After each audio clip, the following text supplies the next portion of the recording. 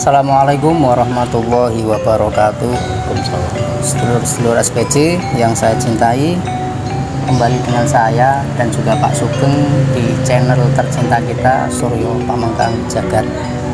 Mudah-mudahan channel ini membawa manfaat untuk sedulur-sedulur semua dimanapun Anda berada, tentang petuah Jawa yang menyatakan tepo sliro. Tepo sliro ya.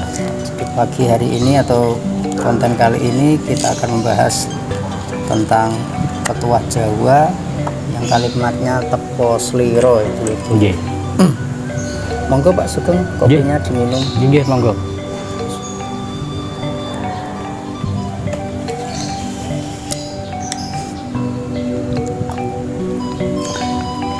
Kami ucapkan terima kasih untuk sedulur-sedulur semua yang sudah setia di konten kita, mendukung, mensupport konten-konten kita ya Pak Sugeng. Terima kasih banyak. Kita ini cuma sekedar obrol-obrolan ringan ya Pak ya.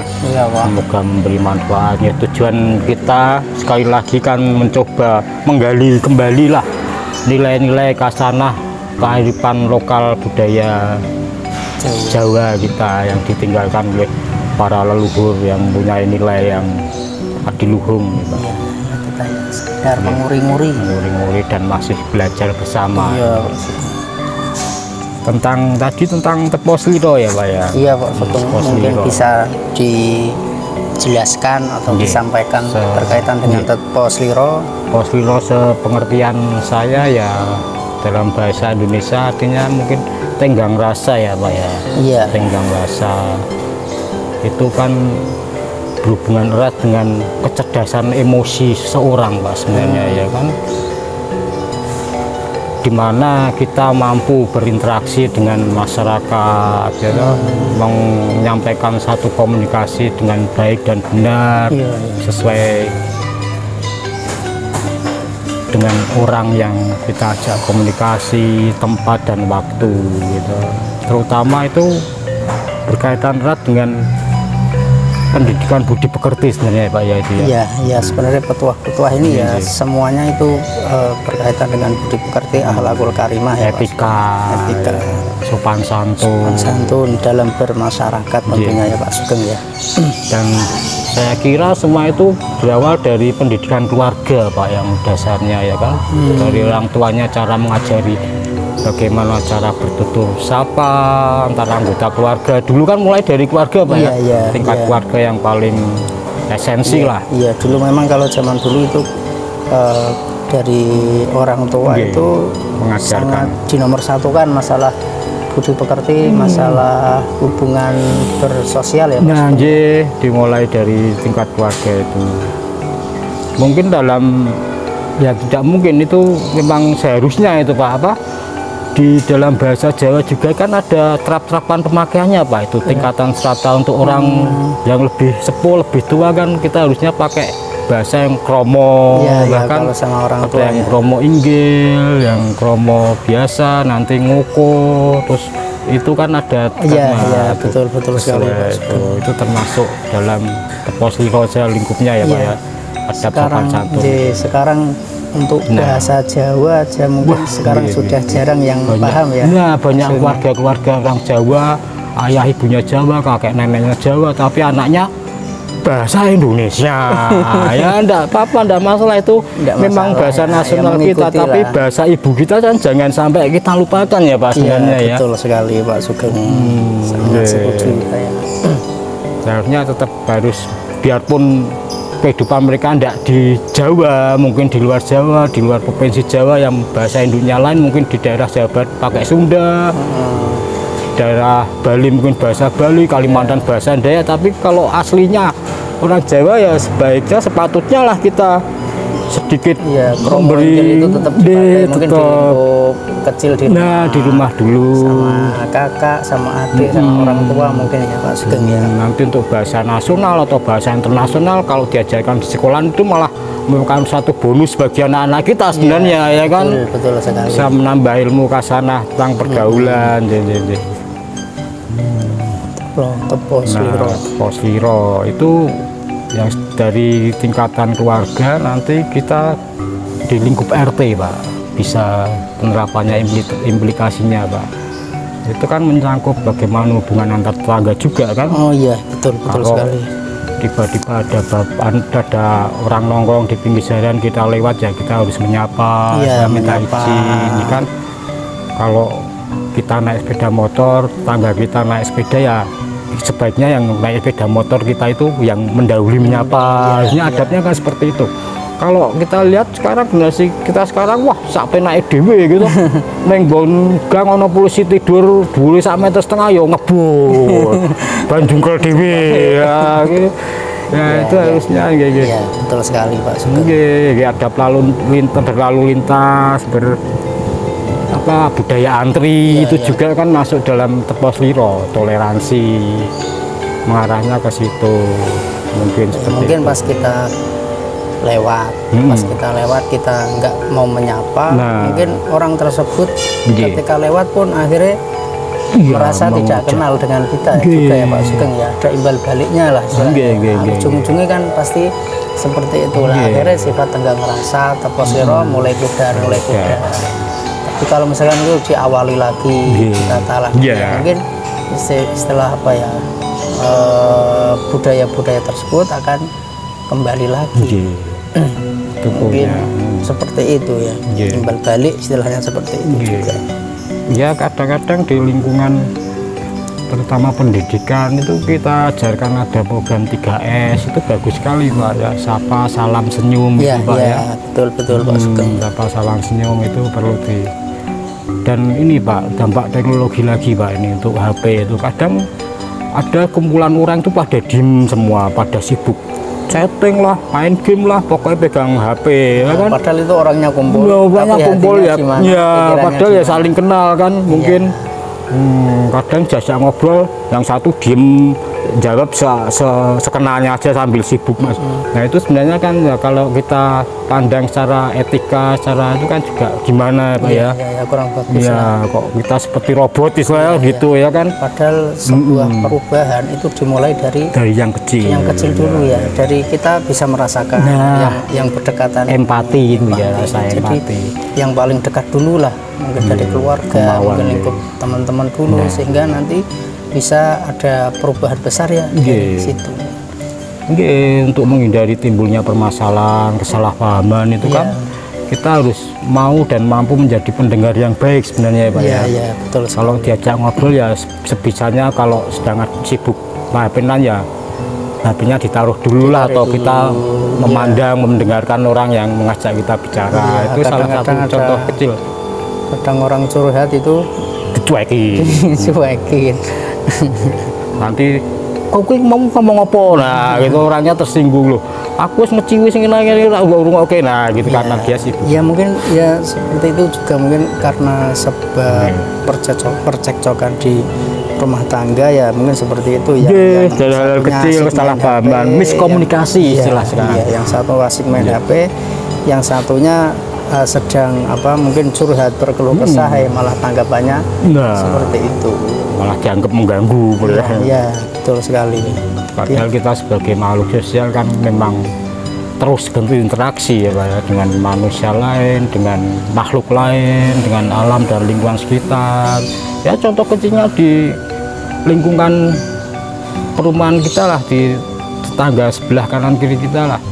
Kalau buang sampah ya jangan sembarangan, mengotori halaman rumah tetangga. Kalau kita punya peliharaan apa, jangan sampai kotorannya itu juga di tempat halaman tetangga. Betul sekali. Kalau kita menanam apa, daun-daunnya, buahnya juga jangan sampai jatuh.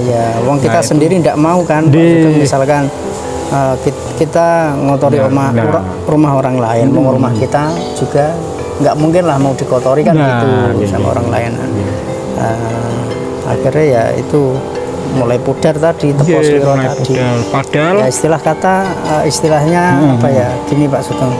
Kalau kita nggak mau mencubit Kalau kita nggak mau dicubit, ya jangan mencubit. Kalau kita tahu rasanya dicubit itu sakit, ya sama juga orang lain kalau kita cubit juga pasti merasakan sakit pula. Nah itulah namanya tenggang rasa. Kita menenggang rasa kita sendiri ya kan. Seandainya kita digitukan, gimana perasaan kita kan seperti itu intinya. Kalau mungkin kita punya problem, kita punya masalah, kita sedang curhat, sedang diomongin, yang kita ajak curhat malah main HP sendiri, kan kita juga tidak mau seperti itu.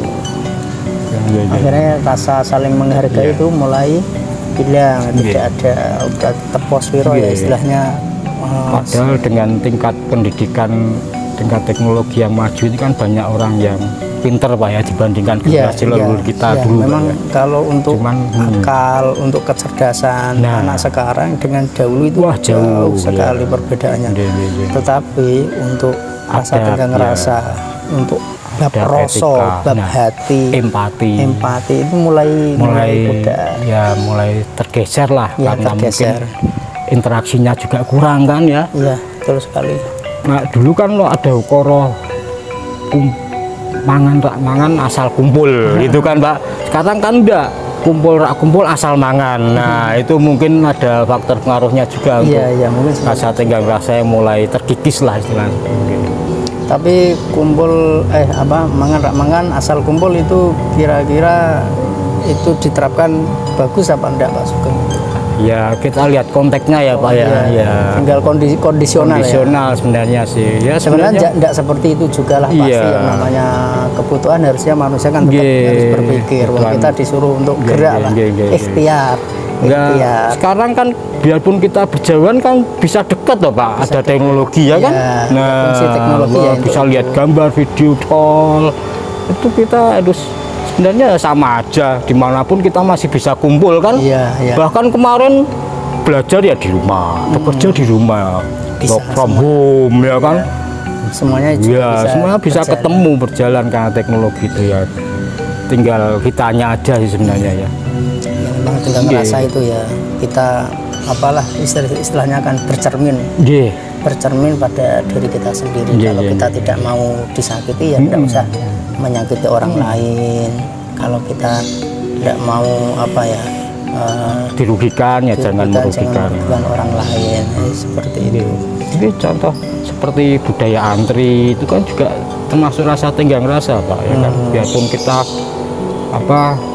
umpamanya antri di apotek beli obatnya sangat diperlukan oleh sanak saudara kita atau siapa gitu, kita nggak boleh menyela langsung karena kita datang terakhir kan nah itu kan juga perlu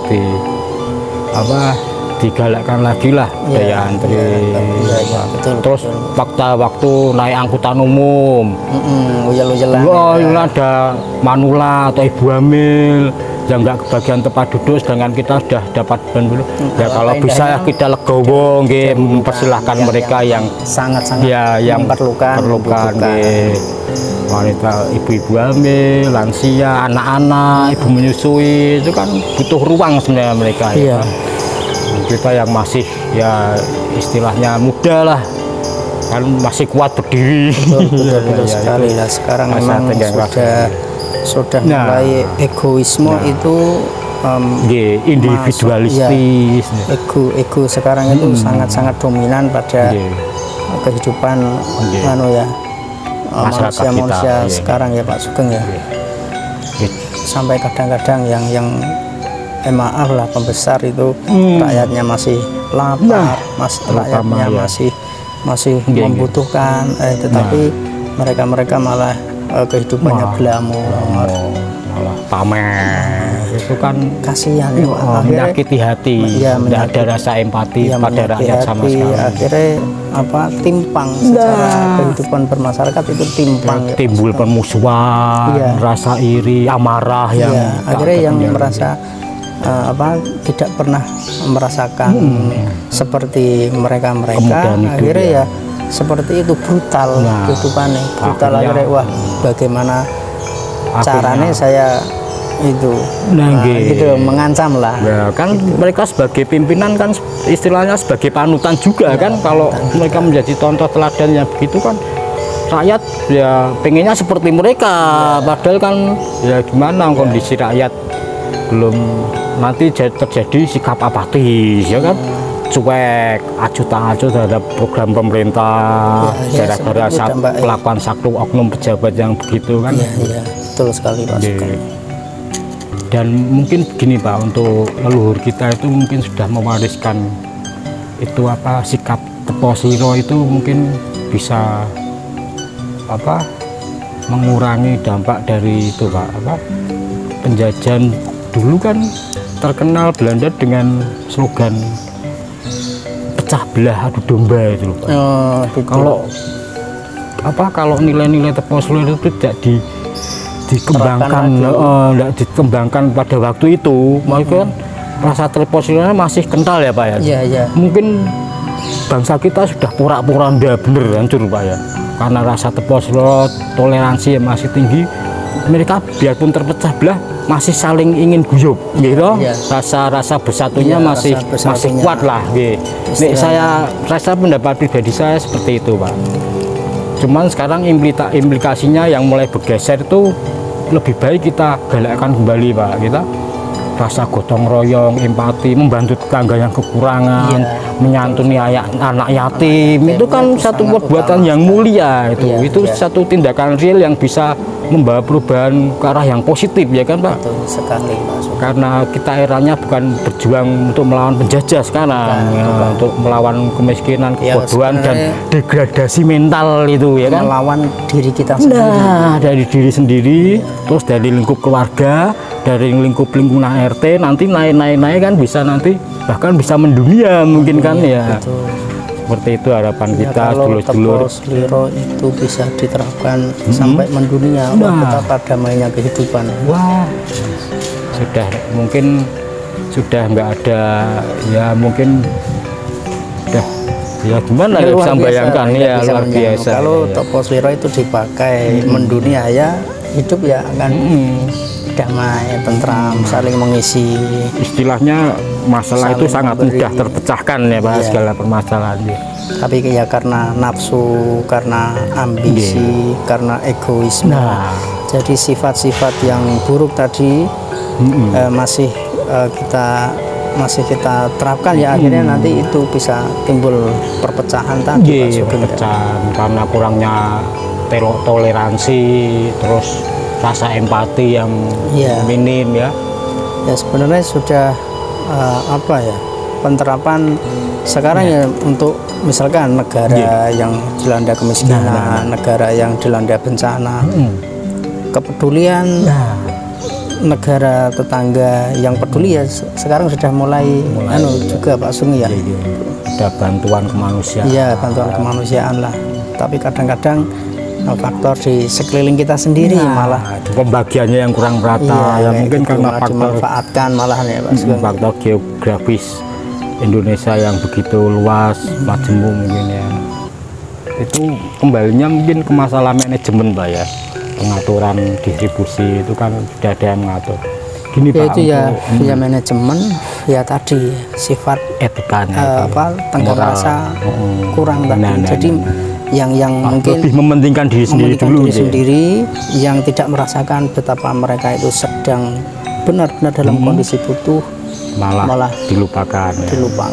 Nah, akhirnya itu terjadi lebih kacau lagi.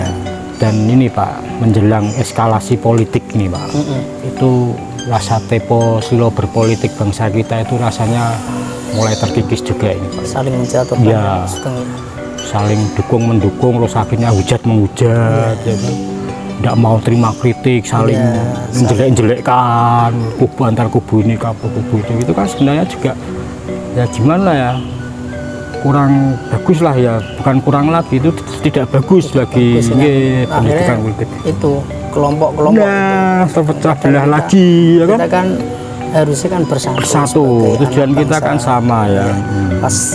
Fastabiqul khairat lah, harusnya kan berlomba-lomba itu dalam kebaikan. Anggap itu aja lah, kita berkompetisi. Padahal jadi siapapun yang jadi mungkin ya semoga padahal Rasulullah Muhammad SAW sudah mengajarkan rasa toleransi yang begitu tinggi ya Pak ya. Betul sekali. beliaunya kan melindungi juga minoritas, ya kan? Betul sekali. Tidak mau semena-mena menerapkan hukum. Iya, tidak ada perbedaan lah di antara kita. Yang membedakan itu ketulusan hati, kesucian hati. Dianjurkan melindungi kaum minoritas, Pak. Betul, betul. Kaum muslimin yang menyakiti kaum minoritas kan, bahkan beliau katakan dia itu seperti menyakiti saya kalau menyakiti kaum minoritas yang dilindungi itu.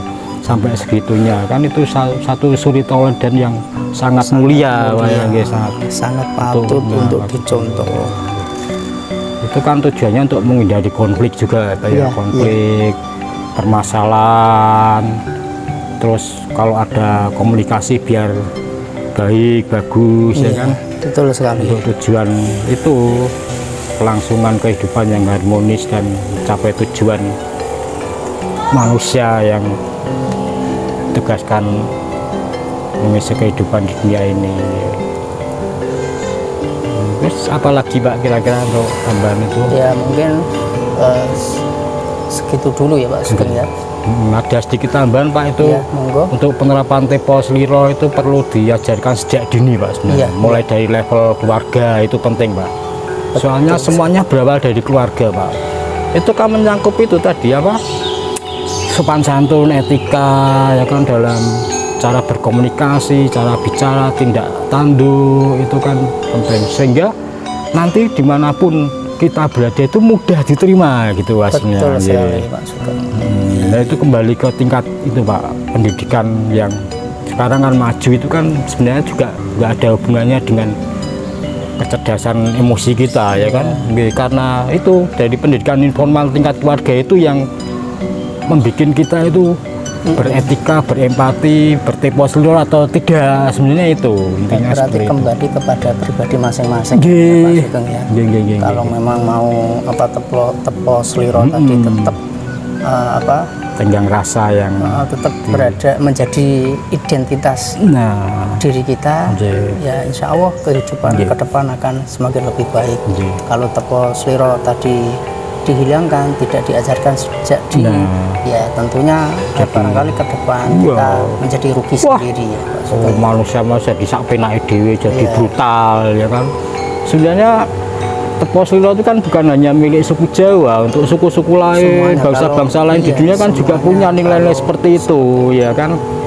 Semuanya kalau mau mengadopsi itu, mau menerapkan itu, ya insya Allah ya akan terjadi itu tadi Pak Sugeng, harmonisasi kehidupan, tidak anti kritik, ya kan. Ya kritik yang membangun boleh. Kira cukup ya Pak Sugeng. Cukup. Terima kasih.